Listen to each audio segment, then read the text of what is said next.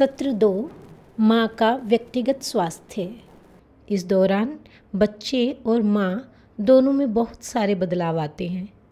इस वक्त माँ के लिए ये महत्वपूर्ण है कि वो बच्चे के साथ हमेशा रहे और उसकी ज़रूरतों को पूरा करे। इसीलिए आप माँ को इन नए बदलावों को समझने में मदद करेंगी ताकि माँ अपने तनावों को प्रभावी ढंग से निपट सके। माँ को अपने और अपने बच्चे के स्वास्थ्य लाभ के लिए स्वस्थ कार्यों का अभ्यास करने में मदद करें। तो यहाँ आशा माँ को स्वास्थ्य के लिए नुकसानदायक कार्यों की पहचान करने में उसकी मदद करती है। इस सत्र में आशा माँ से उसके व्यक्तिगत स्वास्थ्य के बारे में बात करती है और समझाती है कि किस तरह से माँ अपनी सेहत का ख्याल रख सकती है। सत्र 8 बच्चे के जन्म के बाद तीसरे महीने पर केंद्रित है। नमस्ते साची। नमस्ते दीदी। नमस्ते। कैसी हो? ठीक हूँ दीदी। सब ठीक से चल रहे हैं ना? मैंने पिछले सत्रों में आपको जो भी बताया कि कैसे आपको और अपने आपके परिवार को बच्चे के साथ संबंध रखना है, खुश गतिविधि चार्ट, व्यायाम चार्ट, रेस्ट चार्ट, वो सब चीज़ें कर पा रही हैं ना दीदी? मैं पहले तो मैंने किया था, अभी पिछले कुछ दिनों से मैं बिल्कुल नहीं कर पा रही हूँ। मेरे बच्चे की तबीयत खराब है। अच्छा जी। क्या हुआ उसे?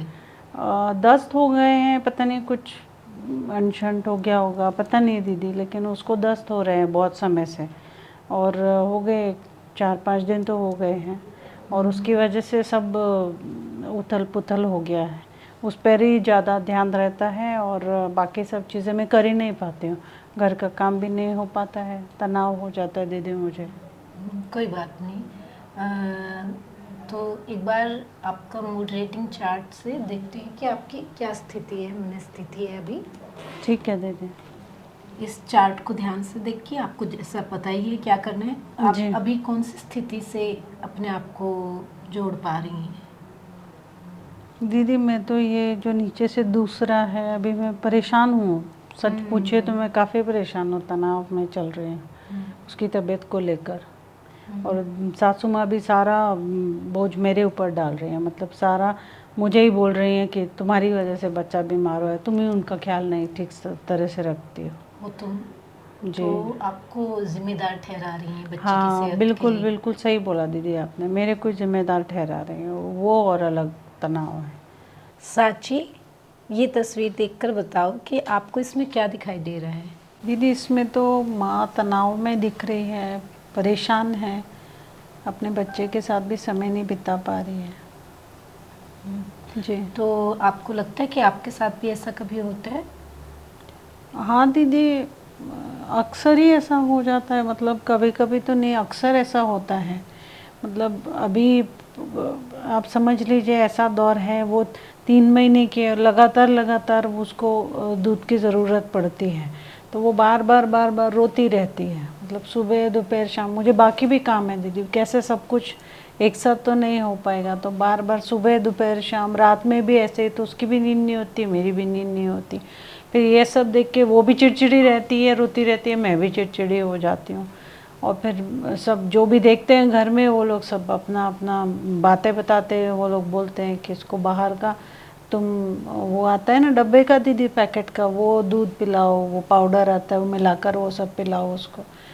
पर फिर मुझे भी लगता है कि उसे पता नहीं पोषण मिल रहा है नहीं मिल रहा है, और वो बाहर का पिलाएंगे तो कैसे होगा। तो फिर इसलिए मैं यही सब सोचती रहती हूँ दीदी, और बहुत परेशान रहती हूँ मैं इसके चलते, यही सब सोच के, क्योंकि ये तो बच्चे के बढ़वार में भी बहुत मुश्किल आ जाएगी फिर ऐसे से, तो दीदी ऐसे ही चलता रहा तो। मैं समझ सकती हूँ साची। और आप अपने बच्चे को दूध पिलाना भी चाहती हैं और आपको ये भी दिक्कत आ रही है समझने में कि बच्चे को पूरा पोषण मिल भी रहा है कि नहीं मिल जी रहा है। दीदी बिल्कुल। और आप और आपका बच्चा दोनों ही चिड़चिड़ापन महसूस कर रहे हैं। जी। ऐसा आमतौर पे बहुत सारी माताओं के साथ होता है। जब माताएं शुरुआत करती हैं स्तनपान की, तो उसमें ऐसी दिक्कतें आती हैं माँ को बच्चे को समझने में, बच्चे को कितना दूध चाहिए, कब कब दूध चाहिए और कितनी मात्रा में और कितना दूध पिलाना होगा, ये सब बातें समझनी पड़ती हैं। तो इसमें वक्त लगता है, पर आप चिंता मत कीजिए, ये सब बिल्कुल हो जाएगा आराम से, है ना? जी।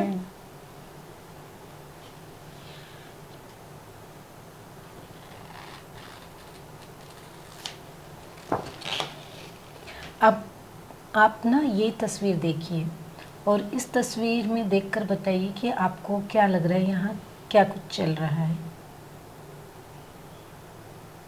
दीदी इसमें माँ भी तनाव में है, परेशान है, अपने बच्चे को लेकर भी, उसके स्वास्थ्य को लेकर भी वो परेशान है। और जो उसे वो लगातार दूध पिला रही है तो वो खुद को भी लेकर परेशान है, उसको तकलीफ़ हो रही है।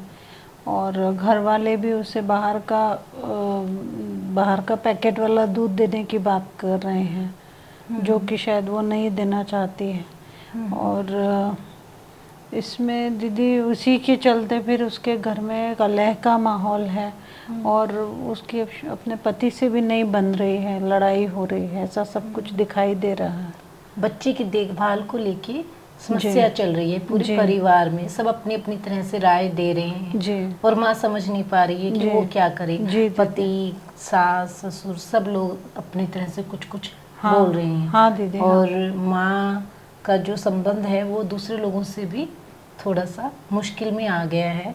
और बच्चे को लेके सब बच्चों की चिंता सब कर रहे हैं बच्चे की, और माँ भी चिंता में है, पर समझ में नहीं आ रहा है किसी को कि अब इसे कैसे किया जाए। हाँ दीदी बिल्कुल सही बोला। तो आपको लगता है कि कभी आपके साथ भी ऐसा हुआ है, आप महसूस करती हैं ऐसा? हाँ दीदी, जैसे मैंने आपको बताया अभी थोड़ी देर पहले कि उसके दूध को लेकर बहुत मतलब हर वक्त ही लगा रहता है कि उसे चाहिए उसे चाहिए उसे चाहिए। फिर घर वाले भी दूसरी तरफ मुझे धकेलते हैं कि भाई आप ये डब्बे का उसे दूध दे दो, पैकेट का दूध दे दो। मैं परेशान रहती हूँ। फिर उससे क्या होता है कि वो आके कुछ बोलते हैं, फिर मेरे भी मुंह से कुछ निकल जाता है, तो कहा सुनी हो जाती है। फिर इसके चलते फिर इनसे भी मेरी अनबन रहती है। तो वो पूरा क्या होता है कि माहौल ही एकदम चिड़चिड़ा हो जाता है। अब ये बात तो किससे कहे दीदी, आप किसी से नहीं कह सकते हम ये बात। इनसे भी मेरी इतनी लड़ाई हो जाती है, तो फिर घर में लगातार मैं इतनी चिड़चिड़ी बनी रहती हूँ, बच्चा तो बहुत ही चिड़चिड़ा हो जाता है। मैं